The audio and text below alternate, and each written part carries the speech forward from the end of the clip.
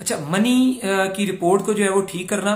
और स्पम्स पैदा करने वाले जरासीमों के इलाज को कामयाब करने के लिए रिपोर्ट में मौजूद पस सेल्स को खत्म करना बहुत ज्यादा जरूरी है। तो अल्हम्दुलिल्लाह हमारे ऐसे इलाज मौजूद हैं जो कि आपके यूरिन के अंदर जिस्म की गर्मी ज्यादती से पैदा होने वाली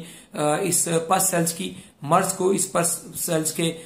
इन्फेक्शंस को खत्म करते हैं। और सबसे पहले पस सेल्स को खत्म करके ही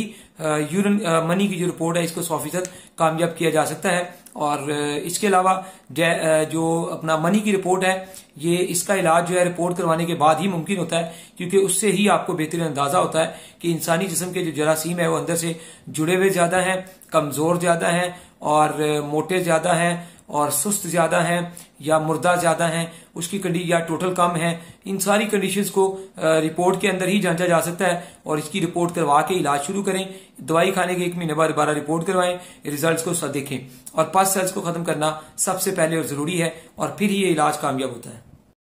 तमाम ओवरसीज जो है, आउट ऑफ कंट्री के लोग जो है, मुल्क से बाहर वाले लोग जो है, ठीक है जी, कोई भी मेडिसिन दवाई मंगवाना चाहें तो उससे पहले आप हमें वीडियो कॉल जरूर किया करें ताकि हर तरह की 2 नंबरी और धोखे फ्रॉड से बचा जा सके।